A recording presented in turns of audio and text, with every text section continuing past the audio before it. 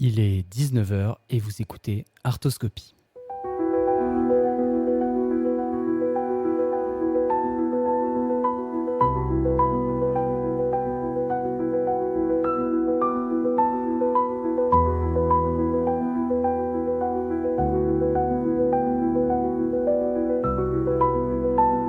Arthoscopie. Bonjour. Bonjour Thierry. Thierry Haro, bonjour. Bonjour à tous et heureux de vous retrouver dans ce second numéro d'Arthoscopie.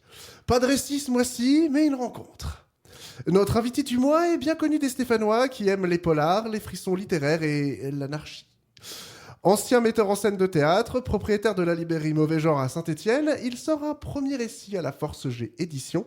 Les anciens dieux ont-ils les pieds palmés ? Tout un programme. Son nom, Thierry Haro. Bonjour Thierry. Bonjour Hans. Merci d'avoir accepté notre invitation dans Arthoscopie.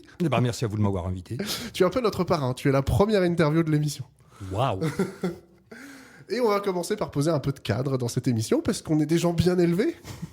Alors, qu'est-ce que tu préfères ? On se tutoie, on se vouvoie, on a commencé un peu à se tutoyer, mais on peut passer au vouvoiement si tu préfères. Alors moi, j'ai pas de préférence. Je suis plus à l'aise avec le tutoiement, c'est plus facile pour conjuguer les verbes, mais bon. Eh ben, tutoyons-nous, c'est l'apanage de la langue française, donc profitons-en. Dis-moi, j'ai une première question à te poser, parce qu'en général, quand on est un bon journaliste, on présente l'invité, on dit ce qu'il fait dans la vie, etc. Mais comment toi, tu te présentes aux gens qui connaissent pas ce que tu fais ? Vaste question. Je commence par donner mon prénom, ça facilite les échanges plus tard. Oui, c'est mieux. Voilà, et puis après, je suis, bouquiniste, écrivain, plein de choses, plein de choses. C'est mal parti pour la présentation, je sens. Mais non, c'est bien, c'est un bon début. Alors, bouquiniste, Ouais. écrivain. Ouais. Écrivain, c'est nouveau ou tu t'es toujours un peu considéré, dans les livres, toujours un peu considéré comme ça ? Est-ce que tu as toujours voulu le faire ? Alors non, pas du tout. C'est venu... C'est venu d'un défi que je me suis lancé, à savoir est-ce que je suis capable d'écrire un livre, d'aller jusqu'au bout de la rédaction d'un livre. Et est-ce qu'au bout de ce défi, tu y prends goût et aujourd'hui, tu te considères comme... Alors non seulement j'y ai pris goût, mais je suis complètement addict. Ah, c'est intéressant tout ça. Nous y reviendrons un peu plus tard dans cet entretien, si tu veux bien. Mais d'abord, tu tiens une librairie. Mais... Une bouquinerie. Voilà, c'est ça, justement. Est-ce que c'est une librairie ? Est-ce que c'est une bouquinerie ? Et comment tu définirais la différence ? Alors, la différence, elle est... la première différence évidente, c'est que je ne vends que des livres, quasiment que des livres d'occasion, même si j'ai un tout petit peu de livres neufs. Notamment le tien. Notamment le mien, voilà. Et ce stock de livres neufs est pour le 99% constitué des livres des éditeurs locaux stéphanois. C'est un choix personnel ou c'est plus pratique, plus facile ? C'est un choix personnel et militant. D'accord. Donc, on y reviendra aussi. Je pense que justement l'intérêt de ce cadre-là, c'est de se poser des questions et de se dire, bon, tirer un peu des fils et se dire, tiens, je le garde pour plus tard. Ça, on revient tout de suite dessus, etc. Sur ton livre, qu'on rappelle, Les anciens dieux ont-ils les pieds palmés ? Grande question. Il y a écrit novella. Pourquoi ? Qu'est-ce que c'est ? Comment on pourrait le définir ? C'est pas un roman ? C'est une question de longueur. Okay. Un court-métrage, un moyen-métrage et un long-métrage. Alors, on est dans le moyen-métrage. D'accord. Pour faire une analogie avec le cinéma, on est dans le moyen-métrage. On appelle ça novella ou novellette, selon l'envie du moment. Parce que, après, on est français, on aime bien catégoriser toutes les choses comme ça, on aime faire des petites cases et puis faire rentrer tel truc dans la petite case idoine et tout et tout. C'est un court roman. Oui, on a bien inventé le nouveau roman, alors pourquoi pas ? D'accord. Et ce qui définit que c'est une novella, c'est le nombre de pages, en fait. Donc, si tu avais fait 15 pages de plus, tu aurais peut-être passé dans la catégorie suivante. 15 pages, peut-être pas, non. Mais en fait, on va aborder un point un peu plus technique. C'est surtout un nombre de signes. C'est-à-dire de lettres, plus les espaces. Est-ce que tu sais combien de signes il y a dans ce livre ? Ça, c'est une bonne question. Je crois que j'étais pas loin des 200 000. Waouh ! Espaces compris. Avis à tous ceux qui veulent écrire un livre, c'est quand même un sacré... Non, ça va très vite en fait. Oui, on ne s'en rend pas compte. Tu dis un chiffre en mode waouh. Mais en vrai, maintenant qu'on a fait un peu de cadre, qu'on a posé un peu les règles de cette interview, tu vois, il n'y a pas de piège, il n'y a rien de méchant, il n'y a pas d'attaque personnelle, il n'y a rien de tout ça. Mais je n'avais aucune crainte à ce niveau-là. Autant le préciser tout de suite, évidemment.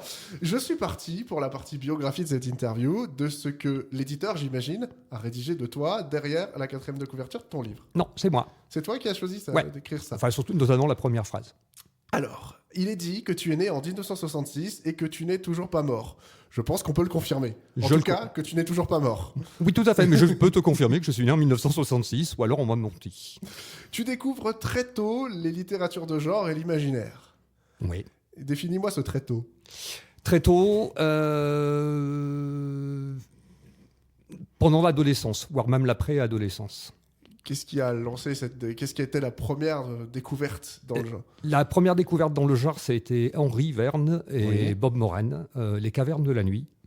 Si je ne me trompe pas, le numéro 107. Donc, constitue, c'est les romans ou la BD, là? Non, le roman. D'accord.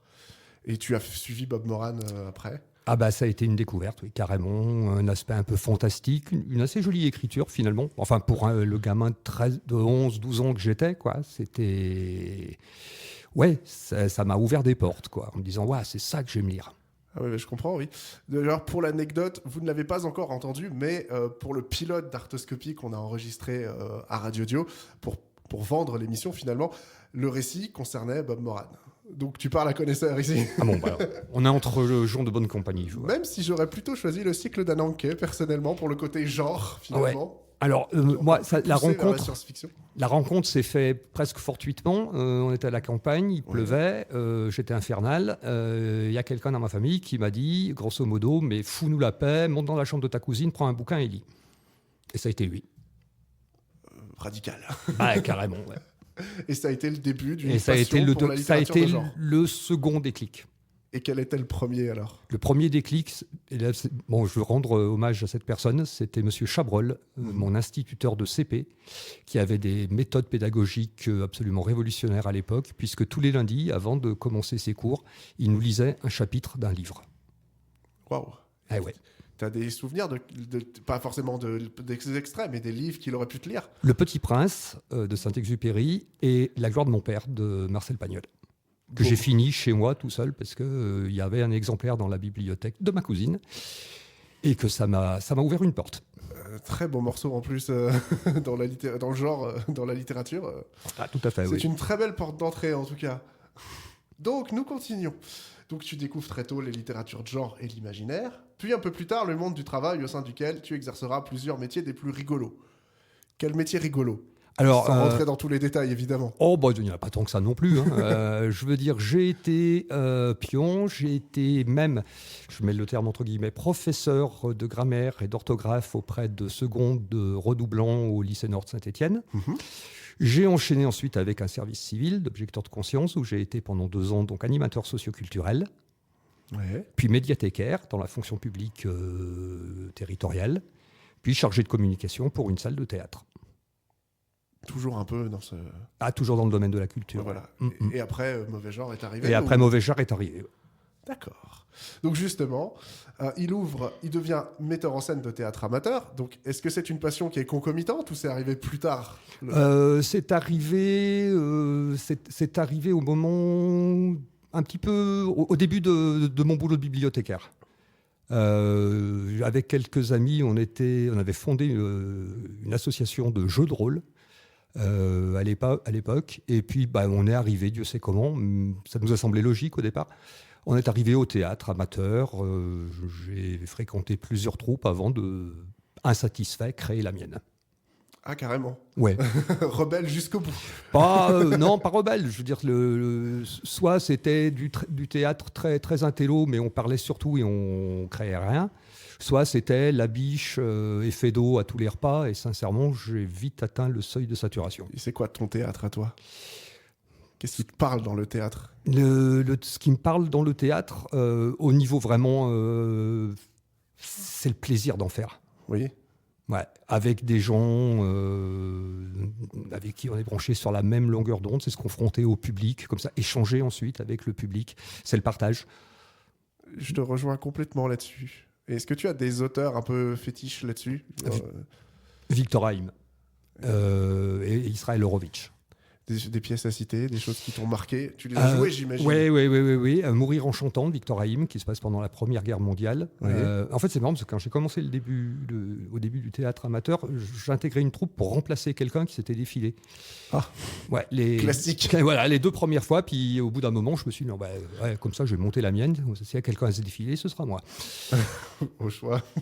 Tant à faire. Donc je comprends pourquoi, en citant ces auteurs-là, tu me dis que Feydeau et la Biche, t'en as fait vite le tour. C'est très bien, je veux dire, je critique pas. Parce que c'est loin. Mais c'est très efficace. Et je comprends que ça plaise à un public qui...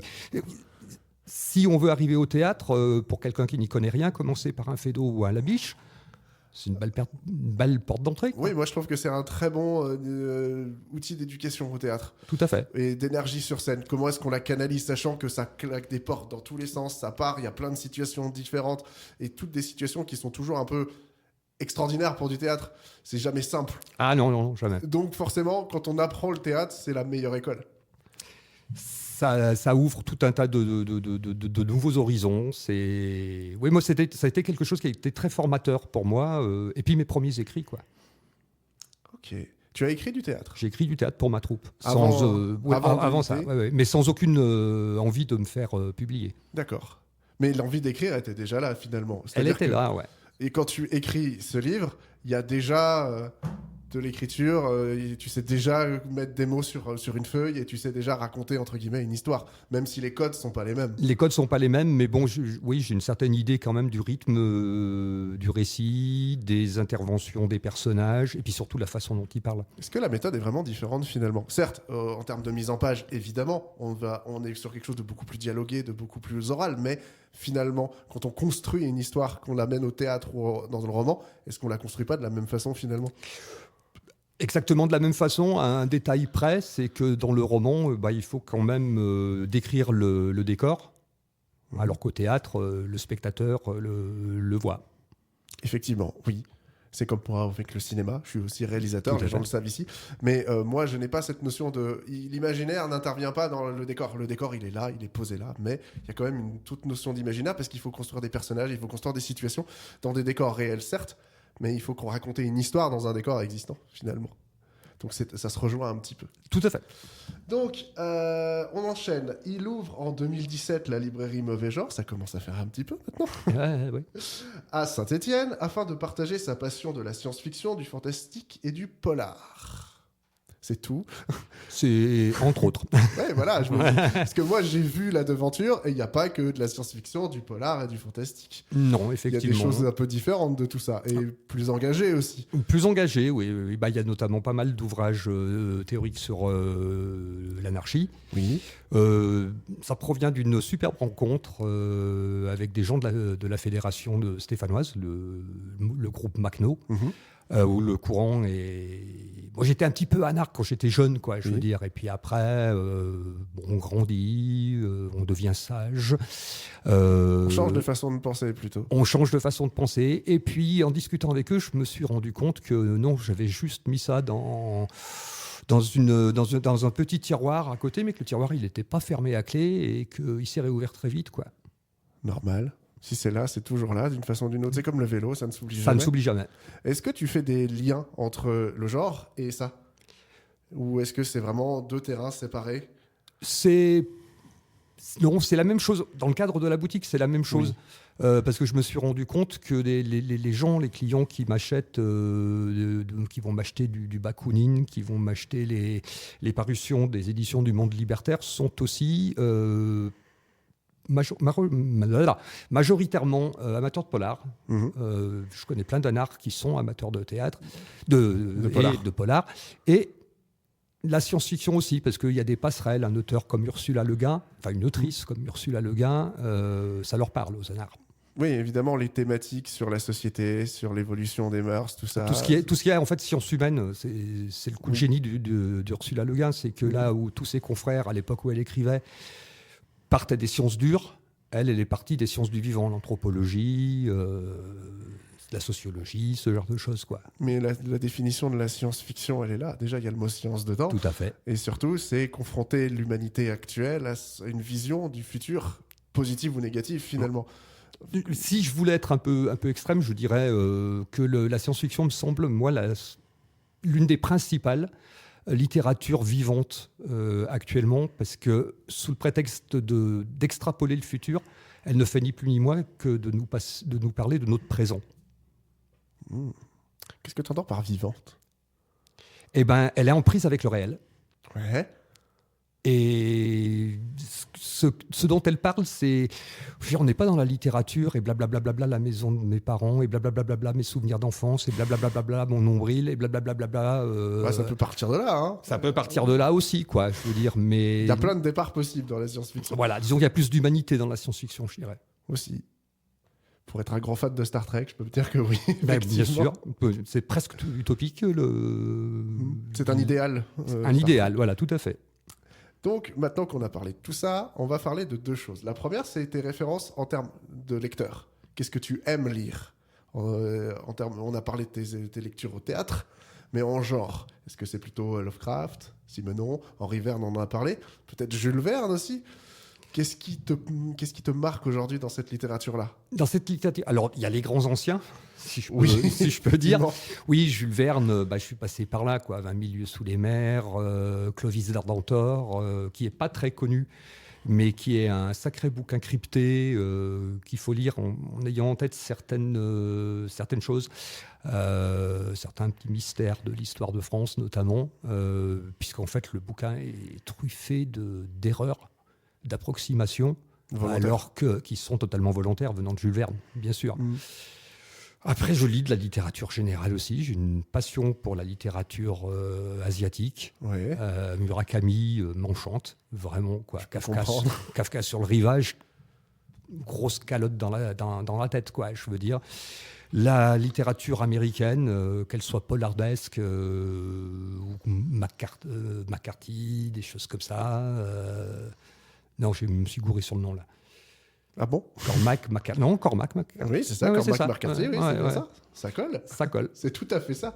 Et je dirais, tu dis les grands anciens, mais les grands anciens, ils sont toujours là. Je veux dire, Bien Jules sûr. Verne n'a jamais été autant inspirant qu'aujourd'hui. Bien sûr. Même Dwayne Johnson a fait des films adaptés de Jules Verne. Donc, et Lovecraft aussi, on en parle tout le temps. Il est adapté en jeu vidéo, très peu au cinéma. Il est plutôt inspirant au cinéma, plutôt. On est comme des films avec L'Antre de la Folie, par exemple, que j'imagine que tu as vu. Oui. Évidemment. Pas très cinéphile, mais oui. Et, ça fait partie des passages obligés, finalement. Tout à fait. On reviendra un peu tout ça quand on parlera du livre, évidemment, et de comment ces auteurs t'ont influencé, finalement, parce que tu cites des auteurs, évidemment. Tu cites 3 auteurs. Tu cites Lovecraft, Pratchett et Georges Brassens, finalement. Et on expliquera pourquoi tout à l'heure. Mais on va revenir un petit peu en arrière. Tu montes cette librairie en 2017. Pourquoi? Qu'est-ce qui t'a fait sauter ce pas-là? Et si on pourrait résumer l'histoire de cette librairie aujourd'hui? Parce que tu fais ça aujourd'hui, tout le monde te connaît pour ça, finalement. Ça me trottait dans la tête depuis un petit moment. Sur les dernières années de mon boulot de chargé de communication, je m'ennuyais mortellement au travail. Routine? La routine, et puis, je veux dire, alors là, c'est peut-être aussi un petit peu l'anarque qui parle, quoi, je veux dire, mais l'imbécilité de certaines personnes haut placées à qui on ne peut pas dire, mais t'es vraiment un imbécile, quoi. En plus, c'est toi qui donnes les ordres et je suis obligé d'obéir. Non, je me sentais vraiment plus à l'aise là-bas dedans, je veux dire... Bon, j'avais arrêté ma troupe parce que manque de temps, manque d'envie. Et puis j'avais surtout l'impression d'avoir fait le tour du sujet. J'avais fait tout ce que je pensais avoir fait, tout ce que je pouvais faire. Il s'est avéré que non, grâce à 2 actrices de ma troupe qui m'ont proposé du théâtre à domicile. C'était une expérience enrichissante et à tous les niveaux, quoi. Je veux dire, au niveau artistique, au niveau théâtral et au niveau humain. Mais bon, la fonction publique, ça commence à me sortir par les yeux. La fonction publique et le théâtre, ça s'est chevauché dans ta vie? Oui. En fait, j'étais chargé de communication, c'est-à-dire j'allais coller les affiches pour les spectacles. Oui. Mais j'allais aussi voir des spectacles sur Paris, notamment. Je pontais 2 fois l'an, une semaine à Paris, pour aller voir un petit peu sur la place parisienne qu'est-ce qui marchait bien en matière de comédie, de théâtre, d'auteur. Et je faisais des propositions au conseil d'administration qui décidait sans avoir vu aucune des pièces. Tu faisais des propositions de programmation. Tout à fait. Voilà. Et le théâtre en tant que metteur en scène, c'était intercalé à ça ou c'était plutôt plus tard? Ça a été avant. D'accord. Donc tu C'était es avant. passé de metteur en scène à programmateur. Un dans programmateur, théâtre. tout à fait. D'accord. Et Mauvais Genre arrive en 2017 parce que... On est à 20 minutes. Et Mauvais Genre arrive en 2017 parce que la routine... Tout La ça routine t'installe et- et t'as envie de voilà. changer finalement. Et puis un mal-être certain au travail qui a débouché sur une grosse dépression. D'accord. Donc je me suis dit, j'ai cette petite idée en tête depuis déjà quelques temps. Je lui laissais le temps de mûrir un petit peu, les choses se sont un peu précipitées, j'ai pu me rendre compte qu'elle était déjà bien assez mûre comme ça. Oui. Et je me suis lancé. Et donc, depuis 2017, vous pouvez retrouver la librairie Mauvais Genre à Saint-Étienne. Déjà, quelle était la première adresse? Je ne me souviens plus. C'était 11 rue Léon-Notin, Voilà. Et aujourd'hui, 5 rue Notre-Dame. voilà. Donc, on a fait la promo de la... De la librairie, Oui, ça, c'est fait. sans vraiment en parler, c'est ouf. Hein. C'est ça. Tu peux retrouver Artoscopie sur Radio Dio un dimanche par mois de 19h à 20h et en podcast sur toutes les plateformes. Bon retour, Thierry. Eh ben, rebonjour. Rebonjour. C'était évidemment Kiss. C'est Oui. toi qui as choisi ce morceau, mais pourquoi? Oui. Parce que ça a été ma découverte du rock'n'roll, Kiss. 1975, est-ce que tu étais là? Alors, j'étais déjà là, ouais. Est-ce mais que peut-être- Kiss était raccord avec toi ou c'était plus tard? Non, j'ai rattrapé le train en marche. J'étais en 4e et j'avais un copain qui n'était pas dans la même classe que moi, mais qui était un dingue de rock et qui m'a passé 2 disques, un Rainbow avec Richie Blackmore et l'album solo de Gene Simmons, le bassiste de Kiss. Je me rappelle plus trop du Richie Blackmore, mais alors l'album solo de Gene Simmons, ça, je me suis dit, c'est parti pour une longue route ensemble. C'est une vie pleine de références. Ouais. C'est intéressant, finalement. Maintenant, on a parlé de ta bio, on a vu comment tout ça s'est enchaîné. On n'a pas encore parlé du livre, mais on va justement parler de l'écriture. Tout à l'heure, tu nous dis que tu écrivais du théâtre. Donc, j'imagine que c'était pas totalement une envie soudaine, le moment où tu te dis, je vais écrire un livre. Il y a quelque Non. chose en toi où tu te dis, l'écriture, c'était là, pourquoi ça revient pas, c'est ça? Je me suis pas posé la... En fait, c'est bizarre. Je serais... En toute objectivité, je suis incapable de te dire quand, pourquoi. Il n'y a pas de déclic. Il n'y a pas... Ou alors, j'en garde aucun souvenir. À un moment, je me suis dit... J'avais écrit une pièce pour ma troupe de théâtre. On avait une section enfants qui étaient des ados et qui allaient, du fait de leurs études, quitter Saint-Étienne. Et je leur avais écrit une pièce qui s'appelait Forever. Ça se passait sur une petite île. Le président était un clown. Il y avait une première ministre Rémy. Bref, patati patala. Point final, il la joue. Mais moi, ça continuait à me trotter dans la tête. Et j'avais cette idée pour... Et si, dans cette île de gamins, tout d'un coup, il y a quelque chose qui symbolise un pouvoir qui débarque sans crier gare. Et dans ma tête, c'était une église. Et j'ai repris cette idée, et après, tous les autres éléments sont arrivés, ont déboulé en trombe dans ma tête, et je me suis dit, ok, d'accord. On va commencer par mettre un petit peu d'ordre dans le boxon, et puis, et si j'essayais d'écrire un livre avec ça, juste pour voir si je suis capable d'aller au bout. Justement, sans trop en dévoiler, mais comment est-ce qu'on se cadre? Comment est-ce qu'on crée cette méthode de travail qui permet d'avoir ce résultat à la fin? Et surtout, entre guillemets, dans les temps, parce que j'imagine que ton éditeur t'a donné une deadline finalement. Alors non, parce que j'avais vu que c'était juste pour moi. Ouais.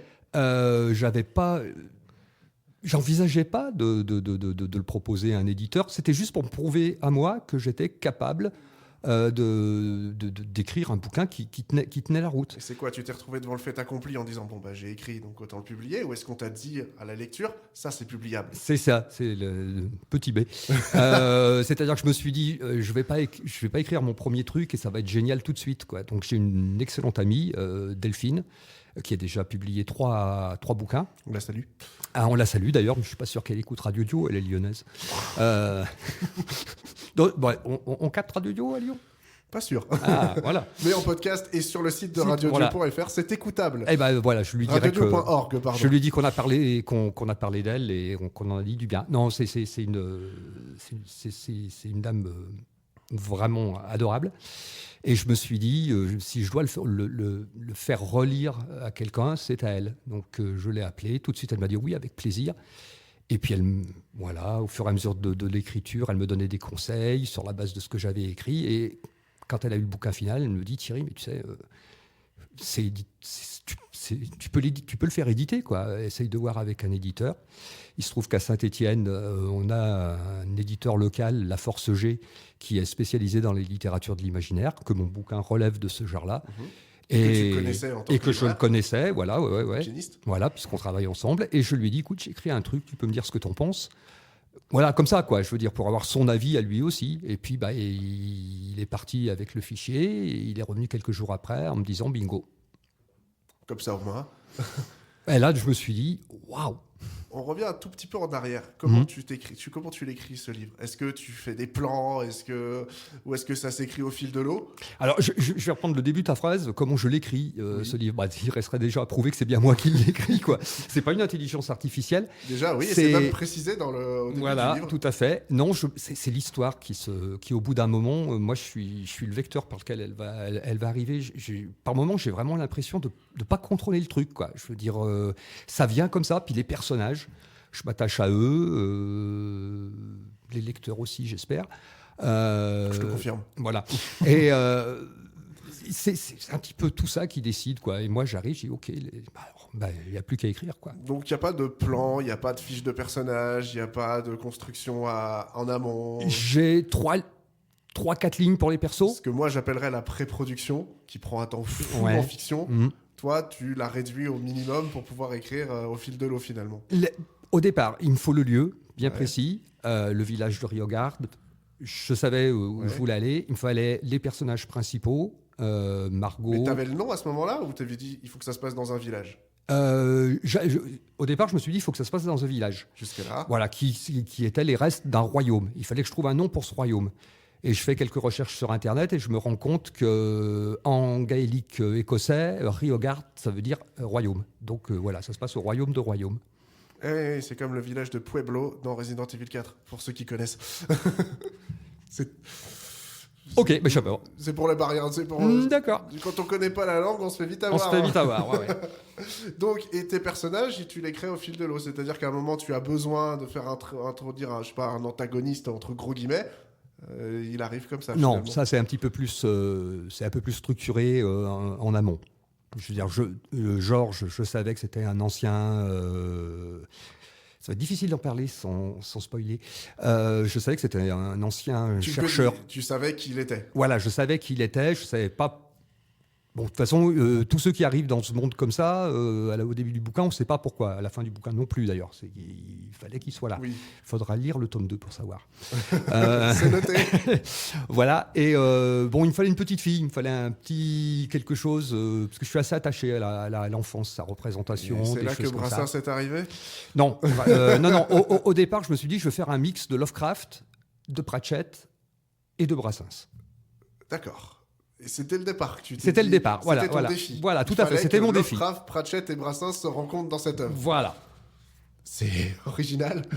Autant je peux comprendre Lovecraft et Pratchett, le côté, donner du second degré à quelque chose qui était très premier. Lovecraft, c'est très premier degré. Pratchett, pour ceux qui connaissent, évidemment, c'est bourré d'humour.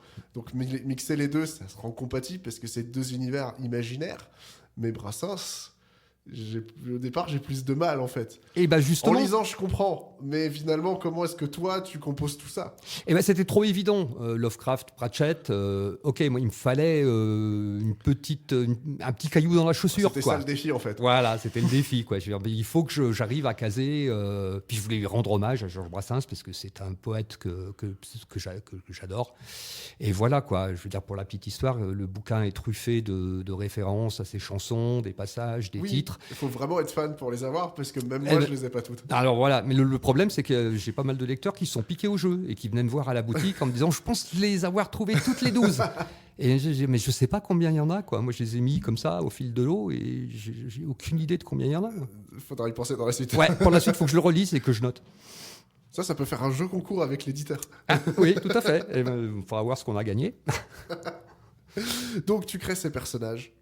Et évidemment, tu t'attaches à eux, Bien finalement. sûr. Parce que combien de temps ça t'a pris l'écriture de ce livre?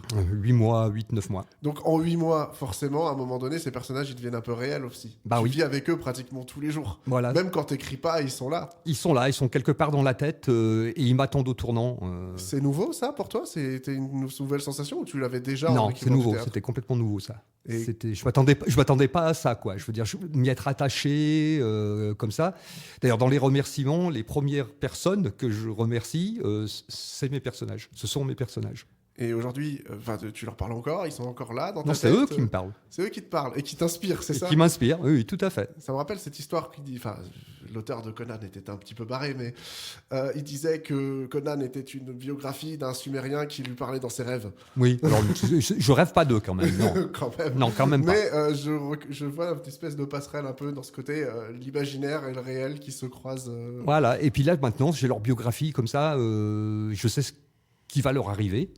Et tu pourrais même citer ce qu'ils ont fait avant. Je pourrais même citer ce qu'ils ont fait Parce avant. que ça, c'est un grand inconnu, c'est volontaire dans l'histoire. C'est Mais volontaire. toi, tu es capable de... Voilà, le prêtre est quand même.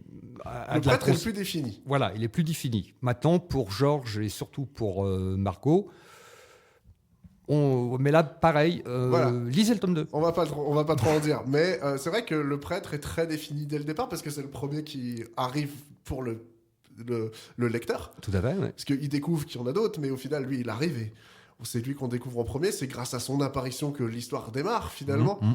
Et comment ça s'est défini comme ça? Est-ce que la religion a une vraie importance pour toi ou dans ta volonté dans l'écriture? Alors, Pas du tout. pour moi, non. C'était un prêtre, ça aurait pu c'était- être un maroquinier, ça aurait été pareil. Non, finalement. non. Bah déjà, moi, c'était l'idée de cette église qui, un beau matin, arrive au milieu. Donc, il dit église, dit prêtre. Oui, Voilà. Après, j'aurais pu mettre un enfant de cœur, le badaud, je sais pas, moi. oui, une grenouille de bénitier. Voilà, ouais. Non, mais là, il fallait un prêtre parce que, au niveau de l'évolution sur la durée, c'est un personnage qui va devenir, enfin, qui est intéressant, quoi, qui va, au fil du tome 2, là, là, c'est moi qui le fais évoluer. C'est pas lui qui me dicte, c'est moi qui sais très exactement à la fin du tome 2 où il en sera. Et comment l'histoire avant de la finaliser, est-ce que tu l'avais pitché? Est-ce que tu avais un début, un milieu, une fin dès le départ? Ou est-ce que ça vient petit à petit? Est-ce que quand tu commences, tu sais comment ça se termine ou pas du tout? Alors, oui. Pour le tome 1, oui. Pour le tome 2 aussi. Même si la fin, c'est vraiment un cadre très général. Ouais. Voilà. Volontairement, je tiens à conserver mon final Donc, flou. grosso modo, tu sais si les gentils ou les méchants gagnent, quoi. Voilà, grosso modo, ouais. Et justement, tu t'attaches à des personnages, donc ça t'influence aussi. Tu sais à un moment donné qui doit vivre, qui doit mourir, qui doit arriver à la fin, parce que finalement, bah toi, tu veux les voir revenir. Finalement. Voilà, Donc, oui, mais ça influence ton écriture aussi. ça influence. Et puis, je me rappelle certains auteurs, parce que j'organise assez souvent des dédicaces à la boutique, qui me disent que c'est une des choses les plus difficiles dans l'écriture d'un livre, c'est de tuer un personnage. Je peux comprendre, parce qu'à un moment donné, après voilà. passer 8 mois avec eux, finalement, prendre cette décision, elle est un peu radicale. Carrément, oui. Quoique, on est dans l'imaginaire, donc rien n'est franchement définitif. Oui. C'est un peu comme dans les comics américains. Oui, je te dis ça, mais j'écris un film où les personnages ne meurent jamais. Donc... Ouais. Ça règle le problème en même temps. Oui, ça règle un petit problème. Comme ça, les acteurs, ils sont tous toujours payés. Mais justement, tous ces personnages-là, est-ce qu'ils sont inédits ou est-ce qu'ils sont inspirés de gens que tu connais? Est-ce qu'il y a des traits de personnalité qui sont pas forcément fictifs, finalement? On ne parle bien que de ce qu'on connaît, donc je pense que, sauf peut-être, si même Margot, je pense qu'il y a un petit peu il y a quelque chose de moi dedans. Ça peut paraître complètement égotiste, mais oui, je veux dire, le prêtre, quand je parle dans le bouquin de Louis Lecoing, c'est quand même un anarchiste qui a réussi à arracher au gouvernement de Charles de Gaulle le statut des objecteurs de conscience. Or, je suis objecteur de conscience. Donc il y a forcément un peu de... Voilà. Avant de passer à la deuxième pause musicale, et pour faire la transition avec le livre en particulier, comment est-ce que tu pourrais le résumer sans spoiler? Est-ce que tu t'es forcé cet exercice de pitcher le livre avant? Avant de l'écrire? Bah, pas forcément avant de l'écrire, mais avant de le présenter. Avant de le présenter, non, parce qu'en fait, dans le processus, tu présentes le bouquin fini à l'éditeur, Oui. et donc c'est là l'éditeur te dit, ok, c'est Et super. le il me deuxième, faut- tu l'as pitché? Le deuxième, non, toujours pas. D'accord. Parce que je sais pas encore comment. Enfin, je sais grosso modo comment il va finir, mais il y a tout un tas de petits détails que j'ai pas encore, qui vont venir au fur et à mesure. Alors, comment tu nous le pitcherais, ce livre, pour donner envie aux gens de le lire sans raconter quoi que ce soit Le premier, Celui-là, oui. je le pitcherai difficilement. Oui, je te confirme. Question ouais. piège. Voilà. Grosso modo, on dit souvent que l'union fait la force, mais dans ce cas précis, vous allez vous rendre compte que l'union fait la farce. De retour dans Arthoscopie. Oui, et c'était 1953, vous aurez corrigé vous-même. Parce que je pense qu'à cette époque-là, Georges Brassens n'était malheureusement pas encore là. Oui, donc je ne te demande même pas pourquoi ce choix. Parce que finalement, Margot, dans le livre, voilà. Et Georges. le livre se termine sur des citations de cette chanson, finalement. Au début. C'est une des principales références à Brassens que tu mets dans le livre. C'est la seule qui était prévue au départ de la rédaction. Parce que Je les voulais autres que ça sont cachés. finisse. Voilà. Et celle-là, je voulais que ça finisse comme ça, quoi. Je veux dire. Pourquoi Je sais pas, je trouvais que c'était une façon rigolote de montrer que Margot, la petite fille de 6-7 ans, ouais, elle en a encore un petit peu sous la pédale, quoi. Ouais, je comprends. Mais justement, toutes ces inspirations, toutes ces lectures, est-ce qu'elles reviennent à ce moment-là, quand tu es en écriture? Est-ce que tu te dis, ah, Verny l'a fait comme ça? Ou est-ce qu'il y a des choses qui... C'est toujours... Tu ne reviens jamais à la littérature? Non, j'ai même pour habitude, un peu forcé d'ailleurs, pendant la rédaction, j'évite des... Bon, là, c'est un livre qui relève des littératures de l'imaginaire, donc je m'abstiens autant que faire se peut de lire de ce genre de littérature pour rester concentré sur mon boulot et pas avoir d'influence en me disant ah ouais, c'est génial dans ce bouquin, tel, il fait un truc comme ça, c'est... il faut que j'essaye moi aussi. Voilà, pour rester concentré sur l'histoire. Pas intrinsèquement, forcément un petit peu. Parce que par force d'en lire tout ça, ça imprime notre caractère et notre façon d'être. C'est finalement, évident. notre façon d'écrire. Voilà, tout à fait, ouais. Donc, mais j'ai pas cherché à écrire un Bob Moran caché ou un truc qui pourrait prendre place dans... Jusqu'où Lovecraft est là et jusqu'où Pratchett est là, finalement. Parce que comme tu dis, c'est ton défi de les mettre. Jusqu'où tu vas, en fait? Alors, Lovecraft, il y est avec la notion d'anciens dieux qui dorment. Oui, d'où voilà, le titre. voilà, Le titre est très Lovecraftien, en fait. Tout à fait. Ouais, enfin. Il fait penser à Lovecraft. Il fait penser à Lovecraft. Voilà. Non, Lovecraft, c'est une référence assumée. Le début du chapitre 20. Et la façon dont le titre est tourné ramène à Pratchett assez vite. Voilà. Mais bon, le début du chapitre 20 du bouquin, clairement, c'est un pastiche d'une scène descriptive de Lovecraft, quoi. J'y vais à fond sur les adverbes, j'y vais à fond sur les mots un peu rares. Oui, c'est totalement la démarche de Lovecraft qui avait carrément inventé son propre langage pour parler de son panthéon. Et moi qui pensais en avoir fait un petit peu trop, j'ai été assez surpris quand l'éditeur m'a dit non, mais il faut que tu en rajoutes. Et justement, pourquoi ce titre? Pourquoi les anciens dieux ont-ils les pieds palmés? Eh ben parce que l'éditeur a refusé les 3 premiers que j'avais proposés. Ouais. Alors, c'est vrai, le titre vient du bouquin, c'est pas le contraire. C'est pas le titre qui inspire l'histoire. Non. Le titre est vraiment arrivé bon dernier dans l'affaire. Est-ce qu'il y avait un titre au départ? Il y avait ce qu'on appelle un titre de travail. Celui qu'on t'a refusé. Ouais. Enfin, alors au départ, ça devait s'appeler Improbable. Oui. Mais là, l'éditeur, à juste titre, m'a dit ouais, bon, on voit pas trop de quoi ça parle. Ensuite, mais Terry Pratchett a souvent des bouquins dont le titre tient un mot. Oui. Voilà. Ensuite, ça devait s'appeler Le Cantique de la Cantique. Oui. Et là, non, c'était pas une bonne idée. Et sinon, le titre auquel j'avais pensé, c'était Les anciens dieux rêvent-ils de canards éclectiques. Oui, et là tu rajoutes une référence de plus. Je rajoute une référence de plus à laquelle réagit mon éditeur qui me dit ouais, mais ça fait référence à un bouquin de science-fiction et ton bouquin n'est pas un bouquin de science-fiction, donc il faut que tu trouves autre chose. Oui, sinon pour pas perdre le lecteur. Voilà, plus, tout à fait. Pour pas Voilà, lui vendre voilà. un truc qui n'est pas là. Voilà, donc moi, les anciens dieux, canard, pied palmé. Ouais, Voilà. je vois, oui, effectivement. Tout est logique en fait. Qu'est-ce que ça fait d'avoir ça devant soi dans sa bibliothèque, Ouais, dans sa librairie? Non, ça fait franchement bizarre quand tu as l'éditeur qui se pointe à la boutique avec les paquets de bouquins et que tu te dis mince. Alors quelque part, tu dis ah zut, c'est fini. Ouais. Et en même temps, Mais d'avoir ce livre-là matériel avec son nom dessus, on on peut le lire, on le vend à des gens. Ouais, alors moi j'ai beaucoup de mal à le vendre justement parce que j'aime pas trop me mettre en avant. Tes confrères libraires le font bien à ta place. Voilà. Alors pourquoi bon en rajouter? Non, je veux dire non, mais j'ai du mal à dire ouais, mais j'ai écrit ce bouquin, c'est super, faut le lire. Donc il y a une pile sur mon bureau à la boutique et je fais confiance aux gens qui vont mais Thierry Haraud, c'est vous? Effectivement, c'est une option.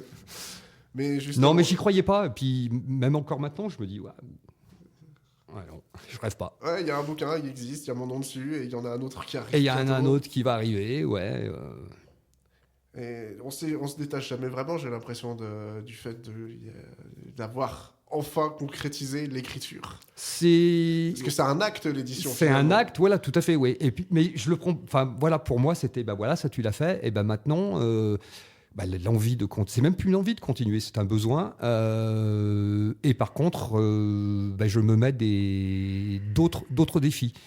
J'ai pas envie de refaire la même chose dans le prochain titre. Donc là, je me suis mis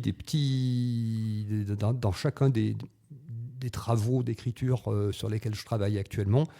Il y a pour chacun d'entre eux un défi. Justement, qu'est-ce qu'on apprend d'un premier livre? Pas mal de choses qu'il ne faut pas faire. Voilà, ce serait trop long de toutes les citer. Mais ça donne une base. Bon, voilà, ça, je l'ai fait. Et maintenant, faut que je passe à autre chose. Et donc, je vais faire la même chose, mais je vais le faire différemment. Et justement, c'est quoi la suite? Alors, la suite, déjà, ce sera un roman, cette fois. Là, tu passes la barre symbolique. Ouais, j'ai juste à ne pas dépasser les 400 000 signes. Donc ça va faire un petit 250 pages, quoi. Je veux dire, ce sera déjà pas mal. Et là, ce que je voulais faire, c'était, dans le premier, c'est une narration très linéaire. On part du point A, on s'arrête à Z et on passe par B, C, D, E, F. Et alors, dans le second, ce sera trois narrations différentes. Ouais. Et qui doivent se regrouper pour former un tout à un moment donné. 250 pages dans le même format, on est bien dans le même d'accord. format, tout à fait. Ouais. Pas au brochet, pas au-dessus. Non, c'est 250 non. pages sur cette mise en page-là. Alors sinon, après, on verra pour l'édition Pléiade, mais... En papier à cigarette. Voilà, ouais. Tout ce que j'aime pas lire, tous les trucs un peu omnibus, là. On en fait beaucoup dans On le en fait genre, beaucoup, oui, ça et permet... c'est illisible pour moi. Je comprends. Et donc la suite, c'est la suite de ce livre. Mais Oui. qu'est-ce qu'il y a d'autre à part ça? Parce que justement, tu m'as dit, t'as pris goût à la littérature, à l'écriture Ouais. de romans et de fiction. Mhm. Qu'est-ce que tu fais d'autre? Parce que finalement, tu n'as pas arrêté. Ah ben non, j'ai pas arrêté. Donc j'ai la suite. Je viens de terminer un scénario pour les éditions Jargille, Oui. éditeur local stéphanois de bande dessinée. Qui est venu en même temps que l'écriture de ça? Non, qui est venu un tout Après. petit peu après. D'accord. Donc Un tout petit peu après. l'écriture est terminée, l'éditeur accepte. Ouais, Et donc, tu t'engages sur d'autres projets tout à fait. d'écriture. Voilà, ouais. Donc notamment une biographie de Charles X Braya. Est-ce qu'on peut rappeler qui est Charles X Braya pour nos auditeurs qui Tout ne le à fait. connaîtraient pas? C'est un auteur de polar stéphanois Oui. qui a été publié dans la collection Le Masque à la librairie des Champs-Élysées et qui a écrit une bonne centaine de bouquins, presque autant prolixe que Simenon. C'est notre Simenon à nous. Voilà. Et donc voilà, là-dedans, avec le défi, c'est je veux pas faire une biographie normalement. Il me faut un petit peu d'imaginaire autour. Ok. Bon, eh bien, avant de passer à la dernière pause musicale de cette émission, je te propose de nous lire un petit extrait de ton livre. Les anciens dieux ont-ils les pieds palmés? Je rappelle le titre. Pour donner un peu envie. Parce qu'on en parle, mais on n'a pas de concret là. Eh oui, Donc je te propose un petit peu de lecture. c'est parti. Et je propose à mon réalisateur de couper mon micro pendant ce temps. Ok. Tout n'allait pas bien au village.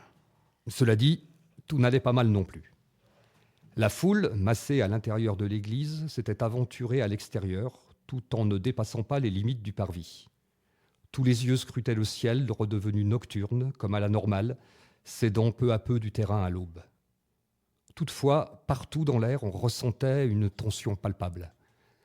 Tout le monde avait cru se trouver dans la situation du guerrier qui vient de tirer son épée du fourreau face à un dragon et qui réalise à ce moment précis qu'un peu de réflexion peut parfois primer sur le code d'honneur du barbare.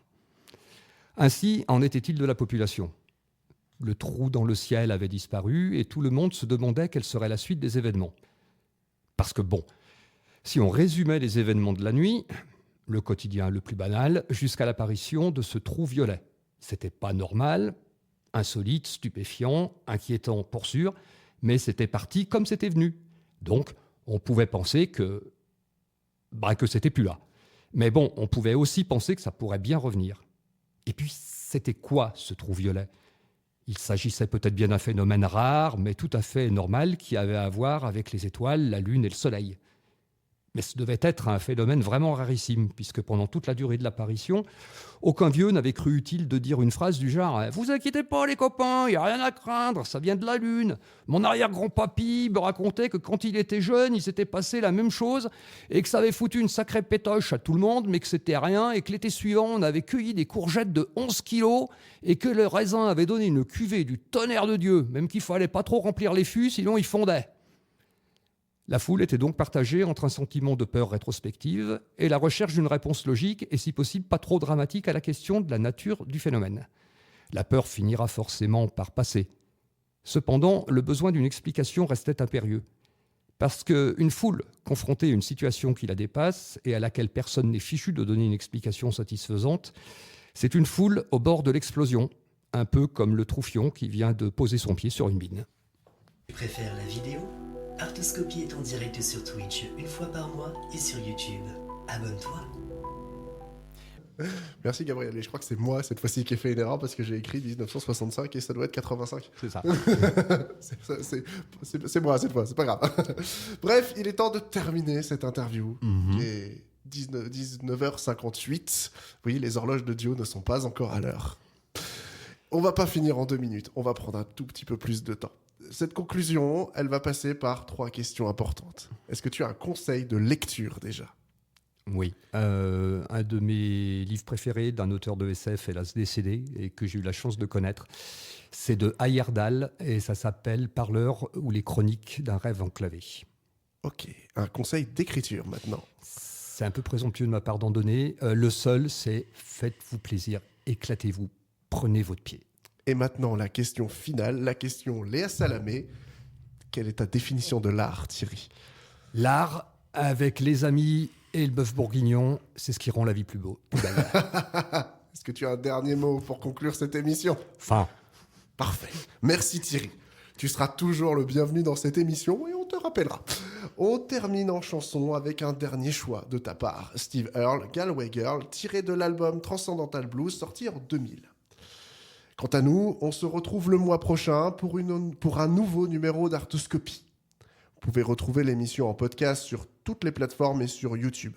N'hésitez pas à vous abonner et on vous surveille. En attendant, n'oubliez pas, l'art, comme les prophéties des anciens dieux, n'ont jamais de frontières. Et j'en profite pour terminer cette émission en rendant hommage à 3 comédiens qui nous ont quittés ces derniers jours. Chuck Norris, évidemment, parce que ça m'a un peu bavé sur les rouleaux. Isabelle Mergo, parce que c'est Sacha Guitry, vont me manquer très très fort. Et évidemment, Bruno Salomon, pour tout ce qu'il a apporté à la comédie française, notamment son rôle de Kaamelott. Tchuss!